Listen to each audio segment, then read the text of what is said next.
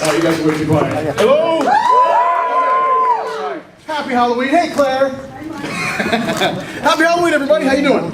Good. Welcome to Halloween Horror Nights 23 media preview. I'm so happy we're doing this again because last year's was such a tremendous success with everybody involved. Before we get started, I do need you guys to do one thing for me and give a round of applause to everybody that worked on this event tonight. Yeah, awesome job. Thanks to everybody involved. Halloween Horror Nights 23, 23 years. Long time, we've been doing this a long time, and this year we are bigger and better than ever. The focus of this year was obviously, what evil takes root, and what has rooted in this event this year are all the intellectual properties that we're bringing together, along with our original content that we do every single year that we love to do. And we're bringing this all together. And we've worked with some amazing properties this year that I'm going to take you guys through very briefly right now, and I'm sure we'll be talking to each other as we move through the night tonight. But Halloween Horror Nights 23 is comprised of 8 haunted mazes, not 7, 8. We're back to 8 again. Thank you. Thank you. And first one we'll talk about is Afterlife, Death's Vengeance. Every year we do a 3D maze, a UV-based 3D maze. We've done mazes in the past that called like In Between, that was more about creating surreal environments, disorienting you in many ways possible. Last year we worked with Penn and Teller to create a more comedically based 3-dimensional maze using UV. This year we wanted to take a story that was a little bit darker. We wanted to tell a story that had some more, again, darker moments to it. And this storyline involves a serial killer named Bobby the Blade. And he's a very bad guy. It takes place in the 1920s, 1930s era. He's a serial killer in the town of Cary, Ohio, which is a town we love to base a lot of our original mazes in. And you're witnessing, that's actually the hometown of Laura Wallace, our show director. Yes, so we've kind of dubbed it the Hellmouth for all that is evil. Not because of her, at all, I promise. She's wonderful. But yeah, so it takes place in Cary, Ohio. Bobby the Blade, he's a serial killer, has killed many people, and you're witnessing his final day on Earth. You're literally going to see him be executed. And then from there, taking his journey as his victims take their revenge on him. And it's all of these amazing rooms that we're taking the guests through that also disorient you. There are some images in here that are unlike anything we've created thus far in a 3-dimensional maze. Yes, the vortex is in there. That's got to be in every 3D maze we do if we can fit it in.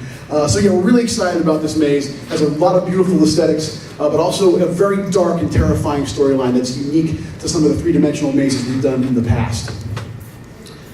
All right, Havoc. We did this maze a couple years ago, and for the fans of Horror Nights, this was a maze they absolutely loved. And we've wanted to do a sequel for many years. And this year we went ahead and did that. But always when we're doing anything with a brand that we create, we want to try and change it if we're going to present it again. So in this case, it was all about maintaining the characters that were in that maze, which were these manic super soldiers, but placing them in a different environment. David Hughes and I have wanted to do a maze based in a train for years, and we've done that this year. The entire first half of this maze is in train cars. You're actually on a transit taking our manic super soldiers from one location to another. And along the way, of course, something horrible goes wrong. They take over the train. They actually derail it. In the middle of the maze is a derailment scene. And the back half, you're witnessing just the destruction of this train into a small town. And the dogs of war have been released. It's a really energized maze. It's a very violent maze. It's something we're really proud of because it'll be over in our disaster extended queue. And there are some sets that we have never attempted before in a disaster queue line. The scale of this maze is pretty epic from what we've done in the past with disaster. So we're really, really proud of it. Urban Legends La Llorona. This was a maze that was originally done in our sister park in Hollywood. We actually went out there a couple of years ago and actually went through it, and it was absolutely gorgeous. We loved it. And so we decided to bring that maze here for our Orlando guests. It is a beautiful maze. The story, if you're unfamiliar, is an urban legend that deals with a woman named La Llorona, the weeping woman. And the story goes, she loved a man. And she would do anything to be with this man, including what she thought was the only way she could be with him, was killing her children. She kills them, disposes of them, goes after the man, and of course, this horrific act that she commits, he of course turns her away. Who wouldn't? She's torn, and she kills herself, drowns herself. Sometimes it's a lake, sometimes it's a river. The legend varies depending on who's telling it and what era of the region it's being told. But the one thing that's always the same is that she forever walks the earth in search of the children that she killed. And that is the storyline that we're creating for this maze. Again, it's a very dark storyline. The aesthetics are beautiful. This maze is gorgeous. It's one of our tents. And there's a maze we did a couple years ago called Nevermore. It was based on the works of Edgar Allan Poe. And that was the maze to beat as far as environment and detail. For us, that was the one to beat. And I believe we have with La Llorona. This maze is gorgeous. And terrifying, absolutely terrifying. You're going to see La Llorona in many different phases. She's her most feminine in the beginning of the maze. Then as you walk through, she begins to decay, become a little more demonic. You can see some of the masks over on the left side of the theater. But yeah, so you're going through and you're seeing her take on this change. The front half of the maze is very similar to what Hollywood produced. We loved it. We didn't want to change a whole lot. The back half, we did change. In Hollywood, they did a lot of barn aesthetics. It was a lot of rustic detail. And we did barn last year in Walking Dead. We didn't want to do those aesthetics again, so we changed it. We're actually taking you into her realm in the back half of the maze. You're going into her world. And it takes on those aesthetics. It's a watery realm. We've got performers on Heelys gliding past you as you're walking by. So a lot of really neat details are going into this maze. Really proud of it. And we're hoping the Urban Legends tagline is something we can continue in the future with different types of urban legends. The Cabin in the Woods. Now, there are films that we'll watch and immediately go, that has to be a maze. This was one of those movies. From the moment we saw it, we knew we wanted to translate this into a haunted experience. It has everything in it that requires us to build a maze. Variety of characters, definitely variety of environment. If you've never seen this movie, you need to immediately. It is one of the coolest horror films. It took the teenagers in the woods in a cabin genre and completely turned it on its head. It is an amazing film directed by Drew Goddard, who we did work with on this maze quite intently. He's an awesome guy. He gave us all kinds of ideas. Also a few liberties in the maze. You may or may not see a couple of characters from our past in the maze in some fashion. And we're definitely taking you through the storyline of the film as it happened at that time. We have a Q-Line video that actually we just saw a cut of today. That is awesome. We actually have an animated sequence in our Q-Line video. I won't go into it in too detail because I don't want to give it away, but it is a very cool sequence that tells the story. And we're actually placing the guests in a role. You guys are working for the facility that is this secret arena where these monsters are kept. And you're taking on a role as you go through the maze. There are video moments in certain points throughout the maze that carry the story along right before that purge button is hit, and then all hell breaks loose. Elevator scene, we're doing it. Yeah. It's to scale. It is awesome. Yeah, it's there. So, again, there are movies we watch that we immediately go, we gotta do that. And fortunately for us this year, we were able to. And it is very cool. It is one of my favorites. Evil Dead. Woo! Evil Dead fans, come on. Woo! Based on an amazing trilogy of films by Sam Raimi. This is the remake, the 2013 remake that came out this past year. For me, I'm a huge Evil Dead fan. The design team, many of us are huge Evil Dead fans. And like everyone that went to see that movie, it was just in hopes that it was going to be something really, really cool. And thank God it was, because it is a really great movie. The gore was so amped up in that movie, and that's immediately what we attached to. David Hughes and I actually went out to California to do a screening well before it opened with John Murdy from Hollywood. We were all watching this movie in this small screening room, and the movie's playing, and we're watching it, and every time something happened, we would turn and go, we gotta do that! We have to do that! Did you see what happened? She dropped her arm off, we gotta do that! We're doing it. This movie is all the best scenes that you know from that film played out. We have a room that deals in vomit. It's there. It's there. This is an elaborate maze for us because we had to figure out ways to do some of these effects to allow for drainage, because there's a lot of of gross water and goo effects going on in this maze. Also, there are masks displayed out here. There are prosthetics and contacts in this maze, which is also something that we rarely do in our mazes. This year we're doing it. We want to get these guys looking as close to the film as humanly possible. But you're taking the entire story, from the book being open, to the phrases being said, to all of the gore moments that happen all the way through, to an end moment with the blood rain finale, with the cabin and the Jeep overturned. Everything. We've got it. It's all there. Really excited. Resident Evil: Escape from Raccoon City. Awesome video game series. This is something we wanted to do for a little while as well. We had a great success with Silent Hill last year, and we really wanted to keep the video game train rolling a little bit. And this was definitely a property that we kind of attached to immediately, but we knew it had to be the games. It has to be the games. And for us, we kind of wanted to do something that's a little bit retro. So we kind of stuck in games 2 and 3. That's where this maze takes place. These are some of the most impressive sets that I think we've done in a long time. In my opinion, I think the scale is literally through the roof. The opening scene of this maze is the opening stage in Resident Evil. You're seeing it right there. And you're going through environments. It's a storyline. Leon, you're going to see Leon in the opening scene. He's telling you, I got to get these survivors out. He's taking you on a journey. You're going through. Yes, do we have zombies in the maze? A few. Do we have creatures? You bet. Alpha Hunter, Lickers, Nemesis, you name it, it is in this maze, and it's big as life. Again, the scale. The RPD, I think there was a picture released a couple days ago online. It is as big as it looks. It's awesome. We have a helicopter. It's awesome. So again, we're really just trying to transport people into the game. If Silent Hill was about bringing the game to life, this is about putting people inside the video game.